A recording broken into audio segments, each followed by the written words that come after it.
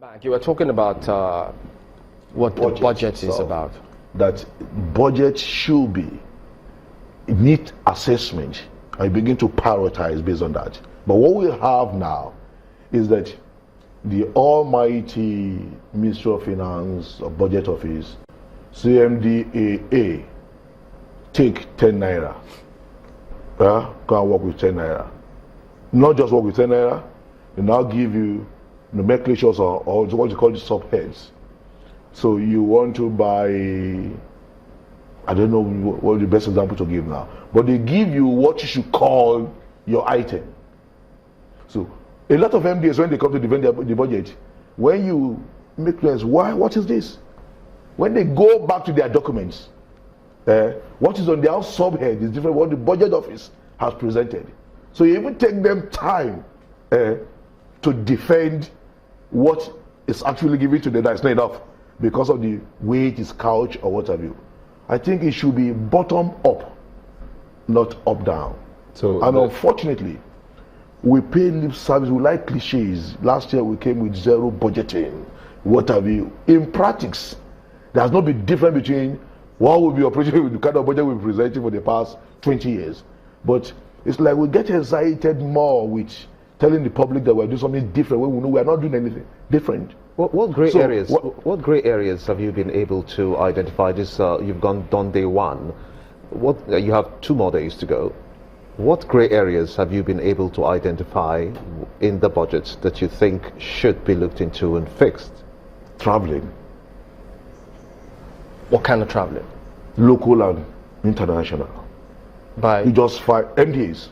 You just find one lump sum of money. I think all over will have about 700 and something billion. 700 and something billion. Local, refueling, travel, and what have you. That is not thoroughly, explained or articulated. Overheads. Capital budget is, as at now, we're in February. The budget lifespan of the last budget will end 31st of March.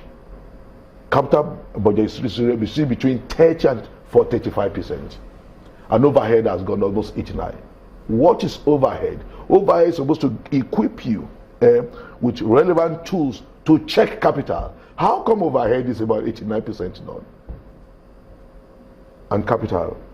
So what I'm saying is, we all know this, but because one, the National Assembly is deficient in integrity, the public has a mindset about what the National Assembly is. So no matter how bold people claim we are limited in those challenges, because the moment you begin to do certain things, those shortcomings, those infractions committed by some of our members come haunting us. But I keep telling people that the mere fact that a man gets drowned in the river, does it make others not to drink water or take their bath with water again? We must not abandon this responsibility. The public must realize that the only avenue provided by democracy to check excesses in the executive is parliament. So the parliament... What do you say? Yeah. What do you expect the public to think when over the decades the parliament has not lived up to expectation? Over and over again, some of you get elected. You got in there in 2011, and since 2011 that you got in, every year you get a budget that you and your colleagues sit down to look at, to say this and that, and then every year we still get the same items: purchase of kitchen equipment, purchase of computers, come back onto the next year's budget, and you still pass it. I did explain to you that there's the challenge of deficit. In the way public look at us, you cannot, I repeat, you cannot take away the way public look at the National Assembly. We cannot separate it from the way and the boldness to do their responsibility. Let me give you an example.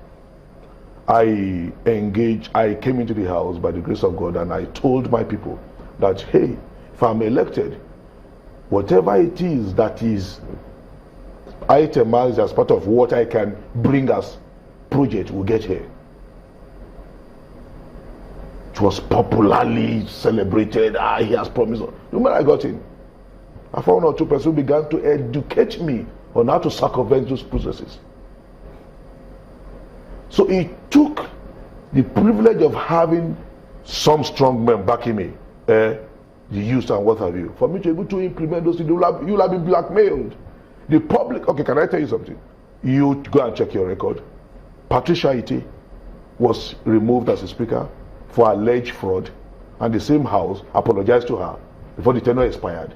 How many Nigerians are aware, who among us is aware of the fact that she does not steal a dime? So you'll have gone with those opinion, and it becomes your jacket for life. So what I'm saying is that we have is a dual responsibility. The public cannot exonerate us. The public must put our elected officials to question. 2, you must come behind them when you identify an error, and they are, for that particular issue, they are on the same side with you. Stand with them. When they are wrong. There's a narrative that, my apologies though, the narrative is that the National Assembly budget has by and large been cloudy, and you can't really point your fingers, and none of you would admit how much you collect, and that it is overinflated. Do you hope that with the review of this budget again, with what you're doing now, will it become clearer, and will you be able to tell Nigerians how much goes into the budget of the National Assembly? It's 115 billion. It was 150 billion. But from 2015, it dropped to 120 to 115 billion in the budget of 7 trillion. And the National Assembly, one of the greatest error of misinformation out there, is not just elected members alone. What about the bureaucrats? When it was 150, I remember in 2014, the bureaucrats alone has 69 billion of the 150 billion. Capital about 39. The National Assembly has what we call House Services.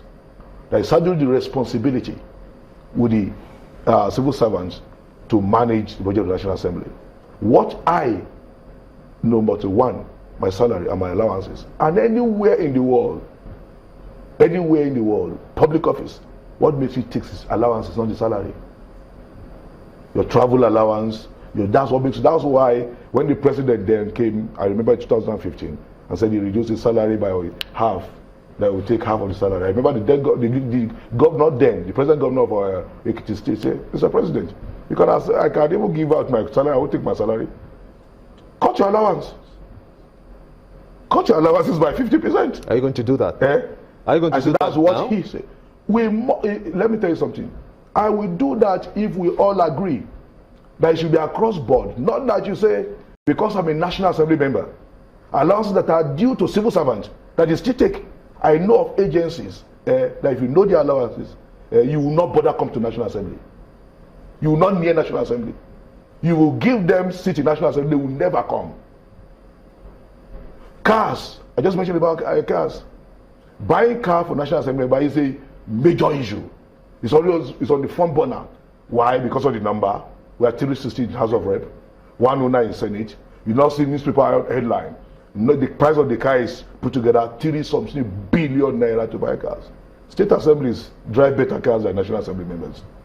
We have how many state assemblies in a year? So what I'm saying is, we must agree as a people that, okay, going forward, no cars for elective officials, but not that you buy for A and say I should sacrifice.